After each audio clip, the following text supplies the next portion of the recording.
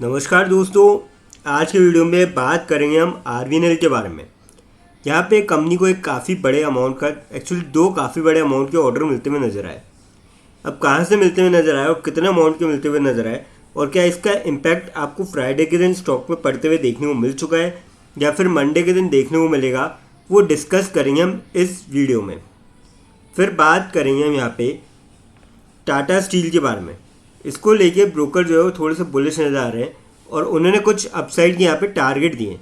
तो क्या टारगेट दिए हैं और क्या वाकई में उस लेवल तक स्टॉक जा सकता है, और साथ में इन्होंने जो है एजीएम भी आने वाली है इनकी, तो किस डेट को एजीएम है और क्या कुछ हो सकता है एजीएम के अंदर, वो सारी चीज़ें एक एक करके डिस्कस करेंगे। फिर बात करेंगे एनएमडीसी के बारे में। यहाँ पे कंपनी का जो नेट प्रॉफिट है वो बढ़ते हुए नजर आया और काफ़ी सारी पीएसयू के यहाँ पे रिजल्ट निकल के आए थे, पर बहुत कम पीएसयू थी जो इस क्वार्टर आपको प्रॉफिटेबल देखने को मिली। उनमें से एनएमडीसी एक थी। तो अब आपको आगे क्या करना चाहिए? क्या जो गिरावट है इसका फ़ायदा उठाना चाहिए या फिर जो आपको है यहाँ पे नई बाइंग करनी चाहिए? वो सारी चीज़ें जो है डिस्कस करेंगे।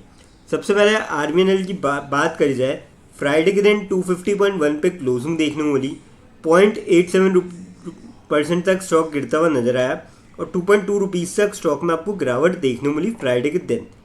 बात कर जाए अपडेट की इसके, तो अपडेट कुछ ऐसा है। यहाँ पे RVNL secures 2 railway contracts worth ₹10 billion. तो 10 बिलियन के यहाँ पे इनको कॉन्ट्रैक्ट मिलते हुए नजर आए। और कहाँ से मिलते हैं? एनएमडीसी से और वेस्ट सेंट्रल रेलवे से। अब देखिए 29 मई का ही अपडेट है, यानी कि परसों का अपडेट है, पर मार्केट क्लोज हो जाने के बाद ये खबर निकल के आई थी। तो इसका जो इम्पैक्ट है आपको मंडे के दिन देखने को मिल सकता है, क्योंकि फ्राइडे के दिन मार्केट भी गिरा था तो स्टॉक में भी गिरावट थी।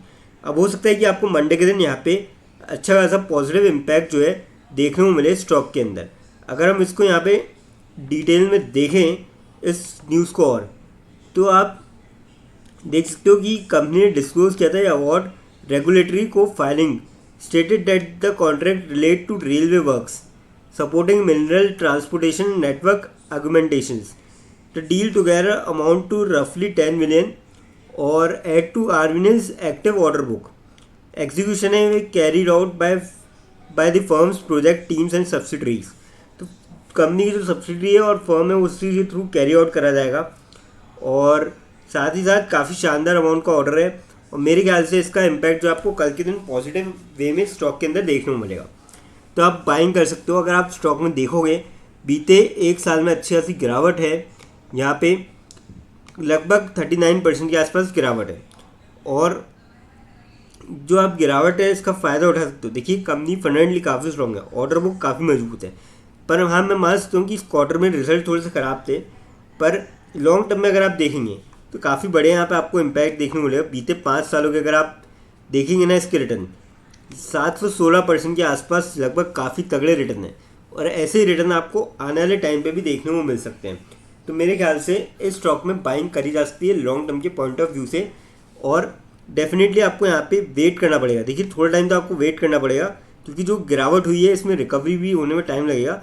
तो आपको थोड़ा सा अगर पेशेंस है तो आप डेफिनेटली जा सकते हैं। अब बात करते हैं टाटा स्टील के बारे में। 210.19 पे क्लोजिंग देखने को मिली फ्राइडे के दिन। 2.1 रुपीज़ की गिरावट देखने को मिली और 4.51 रुपीज़ तक स्टॉक यहाँ पे गिरता हुआ नजर आया। 2.1% तक गिरावट आपको देखने को मिलती है। बात करी जाए अपडेट की इससे, अब देखिए यहाँ पे टाटा स्टील को लेके ब्रोकर जो है थोड़े से बुलिश है लॉन्ग टर्म के लिए। Tata Steel, AIL among 5 stocks, ICICI securities. Pankaj Pandey जो ICICI सिक्योरिटीज़ के ब्रोकर है उनका मानना है और उन्हें सजेस्ट किए इन स्टॉक्स को फॉर अप टू 36% गेन। तो आने वाले टाइम में आपको कुछ गेन देखने को मिल सकते हैं और इनमें से आप देख सकते हो टाटा स्टील ऑलरेडी 210 पे चल रहा है। ईयर टू डेट में काफ़ी बड़े यहाँ पे रिटर्न दिखा चुकी है कंपनी। 15.5% तक ईयर टू डेट में कंपनी जो है भाग चुकी है, जो कि काफ़ी बड़े यहाँ पे आपको रिटर्न देखने को मिले हैं। और अगर हम देखें यहाँ पे तो क्या टारगेट दिए उन्होंने, इसको अगर हम डिटेल में देखें तो यहाँ पे आप देख सकते हो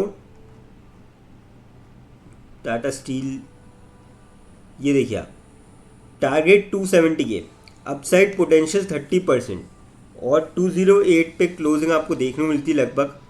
और इन्होंने इसलिए हाईलाइट किया है क्योंकि इंडिया का लार्जेस्ट स्टील प्रोड्यूसर्स है और डिलीवर किया है healthy Q4 financial year 26 performance with EBITDA gains of nearly 2500 rupees per ton. तो ये काफ़ी तगड़ा है और supported by higher domestic steel prices. अब देखिए डोमेस्टिक स्टील प्राइसेस भी इंक्रीज हो रहे हैं तो उसका भी काफ़ी फ़ायदा मिल रहा है, जो कि नियरली 10,000 पर टन तक बढ़े थे from December 2025, low of nearly 46,500 पर टन। तो ये काफ़ी बढ़िया चीज़ है और इसी का जो है फ़ायदा देखने को मिलेगा और डेफिनेटली ये जो टारगेट दिए आने वाले टाइम पे आपको अचीव होते हुए नज़र आ सकते हैं। तो मेरे ख्याल से इस स्टॉक में भी आप जो है बाइंग कर सकते हैं। पर मैं एक चीज़ कहूँगा कि जो भी शॉर्ट टर्म के लिए ले रहा है करंट मार्केट को देखते हुए, क्योंकि हमने देखा है पिछले कई दिनों से मार्केट में उतार चढ़ाव हो रहा है, तो ऐसे में शॉर्ट टर्म के लिए जो भी लेना चाह रहा है वो थोड़ा सा स्टॉप लॉस लगा के ट्रेड ले, ताकि अगर लॉस हो तो ज़्यादा ना हो। बाकी लॉन्ग टर्म के पॉइंट ऑफ व्यू से काफ़ी अच्छा स्टॉक है, आप यहाँ पे जा सकते हैं। आपको डेफिनेटली ये टारगेट अचीव होते हुए नज़र आएंगे आने वाले टाइम के अंदर। अब बात करते हैं NMDC के बारे में। पहले चलिए इसकी AGM की बात कर ली जाए। तो देखिए 2 जुलाई को इनकी AGM होगी और डिविडेंड भी यहाँ पे डिक्लेयर करेगी कंपनी, क्योंकि पहले जब रिजल्ट आए थे तब भी बोल दिया था कि AGM के टाइम पे कब रिकॉर्ड डेट होगी, कितना अमाउंट का डिविडेंड होगा, वो सारी चीज़ें AGM में ही डिक्लेयर हो जाएगी। और 119th AGM है कंपनी की, सबसे बड़ी बात ये है। और जो यहाँ पे टिन प्लेट और मेटलिक्स की जो शेयर होल्डर्स हैं उनको सितंबर तक दे सकते हैं राशि निकासी के आवेदन। तो ये काफ़ी बड़े बड़े यहाँ पे फैसले लिए जाएंगे और एक्चुअल में क्या होगा वो मीटिंग के बाद ही पता पड़ेगा, पर मेजर चीज़ें ये है और आप नज़र रख सकते हो इस पर। डेफिनेटली 2 जुलाई को मीटिंग है, 1 महीने बाद लगभग, और क्या क्या इंपॉर्टेंट इश्यूज होंगे वो हम बाद में कवर कर लेंगे जब AGM होगी तब। अब बात करते हैं NMDC के बारे में। 88.4 पे क्लोजिंग देखने को मिली, 4.2% तक स्टॉक गिरता हुआ नजर आया और 3.88 रुपीज़ तक स्टॉक में आपको गिरावट जो है देखने को मिली थी फ्राइडे के दिन। बात कर जाए अपडेट की, अब देखिए NMDC के फाइनेंशियल ईयर 26 के अंदर जो नेट प्रॉफिट है वो 11% तक बढ़ते हुए नजर आए, रिकॉर्ड 7421 करोड़ तक।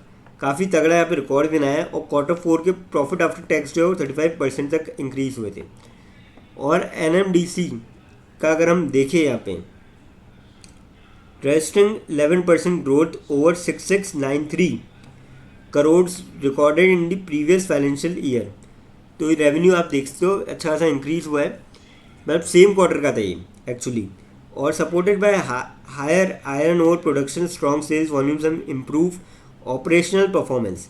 तो ये सारी चीज़ें रही, काफ़ी पॉजिटिव रहा और इसी के चलते जो है मुझे आने वाले टाइम में आपको स्टॉक में तेज़ी का दौर देखने को मिल सकता है, मुझे ऐसा लग रहा है। अगर हम देखेंगे इसके रिटर्न भी ईयर टू डेट 5.67% के सही रिटर्न दिखाए हैं, एक साल में भी कंपनी ने 25% के आसपास रिटर्न दिखाया है। और जो कि इतने प्रॉफिट इतने ज़बरदस्त है तो डेफिनेटली आपको तेज़ी बनते हुए देखने को मिलेगी।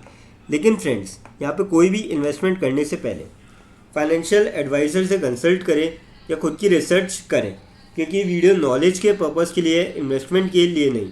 दोस्तों अगर वीडियो अच्छी लगी हो तो चैनल को लाइक और सब्सक्राइब ज़रूर करें, ताकि आने वाले टाइम में आपको जो है और भी ऐसे अपडेट्स मिलते रहे। थैंक यू दोस्तों।